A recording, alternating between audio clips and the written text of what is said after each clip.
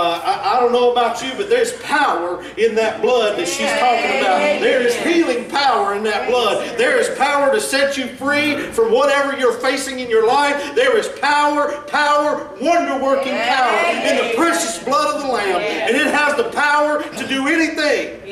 But we got to believe that tonight. And the only way we're going to believe that is we allow God to guide our footsteps. We allow God to have control of our life. Surrendering. We keep hearing surrendering. I think God has a message for Faith Baptist Church to keep pressing on, keep pushing, keep going. No matter how hard it gets, no matter how hard the struggle is, keep going, keep pushing, keep pressing. We've got to hit the threshing floor. We've got to hit that place in our life. You're going to feel pressure, but God is fixing to take us to another level. God wants to bring us to the next level, but in order for that to happen, we've got to surrender and let God take the lead. And tonight, Frank came to me and he began to share with me some things that God has laid on his heart and how directly it ties in with everything that's happened today, with everything that's been going on here. And God, when God gives a message, He don't always give it to the preacher. That's right. He can give it through someone else. And Frank came to me, he said, "Preacher," he said, I have something that God has given me. And so I talked to him in the office before church. And we talked about it. So tonight I'm going to allow God to work through Frank to give a message to this church. Because He gave it strictly for you guys and no one else. So tonight I want you to open your heart, open your mind and listen. And listen to the fact that you have to follow God's lead. Follow God's direction. Frank, come and give them Jesus, buddy. I brought 2 Bibles tonight, so I hope y'all wait. I want to tell you how I'm feeling right now. I've only felt this way 2 other times in my life. That's when I give my heart to Jesus, and the day I was baptized. Amen. I've been sitting here with my heart about to come out of my chest. I just feel so overwhelmed by the power of Jesus in this little church. I just feel at peace. You'd think that somebody at peace would be calm and their heart wouldn't be beating like this, but man, I'm tore up. If we did nothing here but sing the rest of the night, I would be satisfied. Because there's power in each one of these words that are sung here. As you can already see, it moves us, it touches us. But I got to speak a couple Sunday nights ago, and I told y'all about this problem I had. I suffer with my anger, with my temper. I suffer with that. It's going to be a problem for me until Jesus completely takes over and I let Him completely take over. And but there's things I hold back, and I told you that I lost my temper. I acted of a worldly person. I acted with my flesh. I didn't act with the love of Jesus. And I told you that I was going to go and get help for that. Well, I started my anger management classes this past Friday. They only offered those classes on Wednesday nights. I was going to have to go for 12 weeks. And I told that man that I didn't want to do it on Wednesday night because I do have a church family. I do help with an addiction ministry. And I'm going to tell you how good God is. The man that I work with is a godly believer. He believes in Jesus Christ. So he said, "Frank, you're not going to do a group. I'm going to see you on Fridays myself personally." Amen. And so I started that this past Friday, but ever since losing my temper and my cool and acting the way I did, the Lord put me under conviction as soon as that was over. I was crying before I could even get back in my truck. I was disappointed in myself, and the Lord just let me know real quick that you didn't act in a godly way, Frank. You didn't show people me. We're supposed to show people Christ in everything that we do, and it's hard. And but the enemy knows me just as good as the Lord does. He knows my weaknesses, and he's going to try to get me where it hurts. And he done a good job, but when the Lord put me under conviction that was the devil's opportunity to get into my head. And ever since that day, I have been struggling spiritually, just dealing with all types of emotions, all types of feelings. It's affected my home life. It's affected my walk with the Lord. It's affected me. I didn't even want to go to church. I didn't want to be around nobody. I really didn't want to be to myself. And because the enemy got in my head, and I mean, I was even doubting my own salvation. I'm sitting there and I'm thinking, well, am I really saved? You know, that just got me, well, am I saved? Because if a man of God who was truly saved wouldn't have lashed out like that.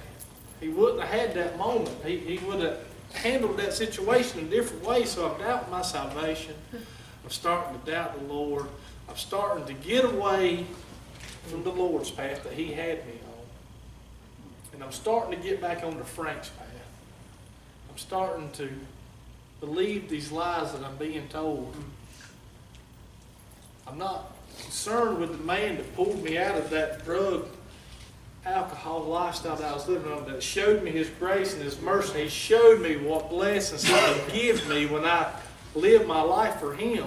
Amen. And I've just slipped back into Frank's path, the world's path of destruction, all because I started doubting the power of God. Go ahead, brother. And I'm sitting there, you know, this went on for a few weeks. And I love Preacher Darrell. He is a super good friend to me, and I was at his house, and I really didn't even want to be there no more. You know, you almost don't feel worthy to be around other believers, other Christians.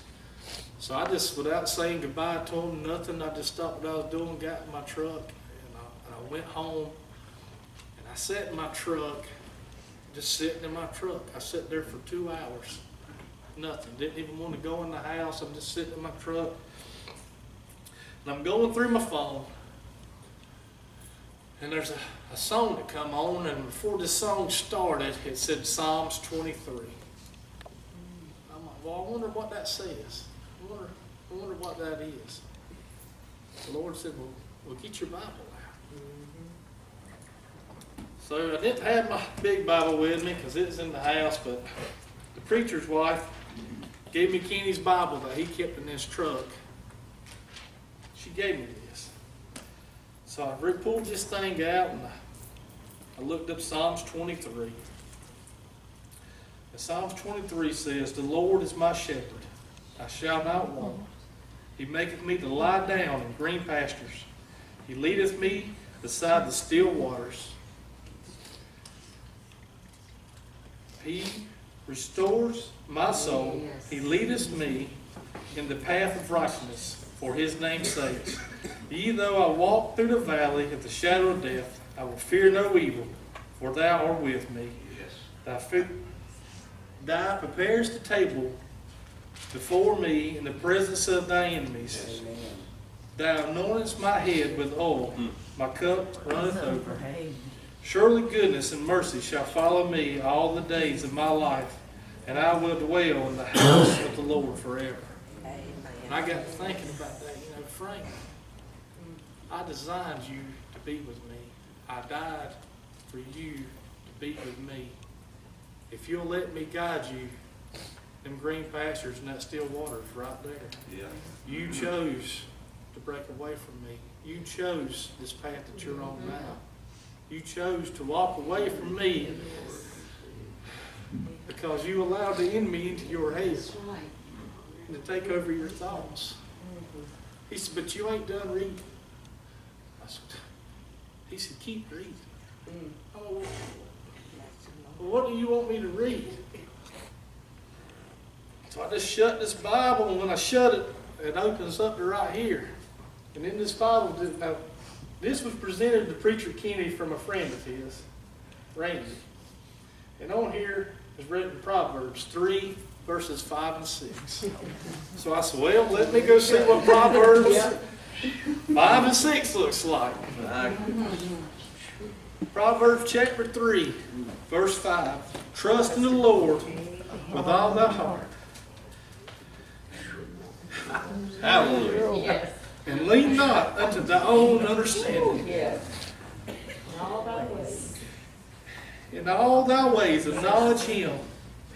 I can't see. Come on. In all thy ways acknowledge him, and he shall direct your path. Amen. Well, glory. Yes. Well, Frank, there's what you needed to read. Once again, you got off my path. You're crying out to me, but listening to the enemy. How can you cry out to me and me telling you what to do, but yet you're listening to the enemy? Come on. Because he's put doubt in you. I put love into you. It don't make no sense, Frank. And it didn't make no sense. So I had to read that again. You know, Frank got away from the Lord's understanding and got back into his understanding. And I don't understand real good. That's right. You know, I had to burn my hand 3 or 4 times before I realized that stove was hot. You know, don't touch, fire hot, bad. And, you know, I was getting ready to do that again with my walk with the Lord. You know, younger, I tried to give my life to the Lord many times, but I just wasn't ready.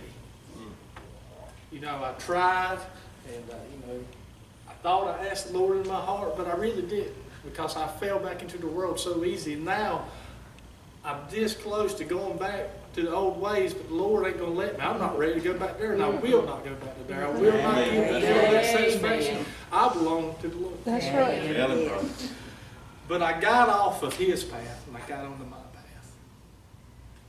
And that path leads me to drugs. It leads me to alcohol. It leads me to the jailhouse. Yes. I've had all that, and it worked for me. I didn't like it. I don't like sitting in jail. I don't like sitting in my house too long. Try sitting in a little cell for 6 months. It ain't pleasing. And I'm sitting there, and I'm going to tell you how good God is, you know. And I read this, and automatically my attitude and my spirit was lifted. I'm like, thank you, Lord. I felt renewed. You know, that blood that she sings about, it ain't just one time. You can come and get that blood anytime you need it. Amen. Yeah, and I just got me a big dose of it Yeah. sitting in my truck. And you know, folks, don't think that you have to be in here to That's be right. serving the That's right. Lord. Tell him, son. You don't have to sit in this church to No, serve you the Lord. Look, I was sitting there and got the most powerful thing sitting in the cab of my pickup truck. The Lord was right there with me. He just don't live here. That's right. That's right. But I'm sitting there just flicking through my Bible, trying to find something else just to brighten me up. And I didn't have to look. In my Bible, there was an index card. I'm like, what in the world is this? And it is on John. John chapter 2, verse 4. This was already marked out in my Bible. Lord had all my answers there. He has all of our answers here. All I had to do was yes, he pick this does. up. Yes. Amen. Amen. My answers were sitting right beside me in my truck, but yet I was too lazy to pick it up and get the answers. You know, John chapter 2, verse 4.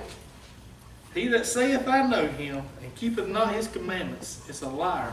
Come on. And the truth is not in him. But whosoever keepeth his word, in him verily is the love of God perfected. Hereby know we that we are in him. Now, if a man out in those streets was to call me a liar, it'd be all I could do not to show him the devil. But when the Lord calls you a liar, it makes you feel pretty low. It makes you feel about this big, and he's not afraid to call you a liar. He is not afraid to call you out and put you in your place. And I'm glad I That's serve a right. God like that. Amen. Amen. Yes. I'm sitting there, and I'm like, well, you know, Lord, where'd that come from? Because you just made me, you know, you just took the breath out of me. He said, well, how do you think that those people, if you went and told people that you stood in front of and sung my praises to, told them how I brought you out of addiction, out of chasing women, out of the nightlife, out of drinking, how I brought you out of all that. But here you are, slipped back into the same old things. How do you think that would have affected them? You not think that would have took the breath right out of them, made them, well, heck, if that's the Lord he's serving, I'll just keep serving the devil that I'm serving, because it ain't doing him no good, so why should I do it? Yeah. I don't want to be a liar. That's why the Lord showed me this. I do not want to make nobody feel that the Lord ain't going to be there for them. And if I was to, you know, because when the enemy put this doubt in my mind, I'm sitting there thinking, well, I don't know that I'm really saved. Well, I haven't had nothing to drink in almost 3 years. I haven't had no drugs. For y'all that don't know me, I started using meth when I was 16. I used it for 17 years every day. But when I gave it to God, he took every bit of it, and I'm not touching it. Hallelujah, brother. Well, glory. But the enemy's putting this doubt in my head, and I'm thinking, I might as well go back to using drugs. I might as well go ahead to the neighborhood bar and just start drinking again, because I don't know that I'm saved or not. But, you know, that's just the enemy lying. You know, he wants us just as bad as Jesus did. Yes. Oh, yeah. You know, and I'm sitting there and I'm reading. I had to read that again too. And I'm like, a liar? I don't want to be a liar. You know, I had to sit here and think about all of y'all who spent years praying for me, who scarred up your knees, who's just devoted time out of their day to pray just for me. And I had to think about the shame and the disappointment that I would have brought to y'all. I had to think about this beautiful woman that the Lord's blessed me with, who's going to leave, who's not going to tolerate that, who's the house that the Lord blessed me with that I'm getting ready to lose just because the devil's put this doubt in my mind. Frank, acknowledge me with everything that you do in the good times and in the bad times. So, Frank, when you're down in that valley, I'm right beside you.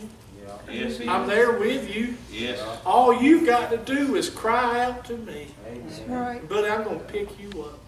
Amen. I'm going to lift you up. And I'm going to give you a message. And I'm going to give you a reason to go share me with others. That's right. You know, I sit here and I think that I'm the same one. Or I'm the only one that has problems. All y'all have problems, I hate to tell y'all that. If you didn't have problems, y'all wouldn't be right here. Yeah. You know, but sometimes when we get overtaken with this world and just overwhelmed, for some reason, we don't want to go to church. For some reason we think we're going to get this healing that we need sitting on our couch, having a pity party. Go ahead. And that's what I thought. I was going, well, this will work itself out. I'll just sit at home. I'll be honest with you, I wasn't praying about one time a day. And it's just, you know, that was because that was my routine. Every morning I'd get up before I'd get in my truck. I'd say my prayers. But I'm praying to a God I'm doubting. So what good were them prayers? You know what I mean? I'm listening to the enemy. So what good were them prayers I was praying to a God that I'm doubting, thinking about turning my back on? You know, we all have problems. We're all going to struggle. You know, believe it or not, I've been going through this little Bible. I'm trying to find somewhere where it says, hey, when you give your life to me, everything's golden. It's got the word. Right there. And it's not there. And it's never going to be there. This is going to be the same Bible today, tomorrow, and forever. That's right. Amen. It's never going to be there. Yeah. You know, they persecuted him. Guess Yes. what? We're going to have bad days.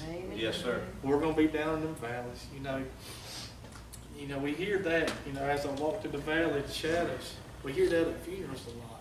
But, you know, when I go up my door in the morning, I'm walking in the valley. I'm stepping out in that valley. But he's going to guide my path if I give him the praise. If I ask him to guide every step. If I said, Lord, please guide my steps, guide my words, guide my thoughts, and he's going to do his best, more than his best to do that, if we allow him to do that. You know, I didn't get down in that depression. I didn't get down because of God. He don't do that. He lifts us up. He restores us. He makes us new creations in Him. I got down like that because of Frank. Frank done that, not the Lord. The Lord is good. Frank's bad. You know, Frank bad.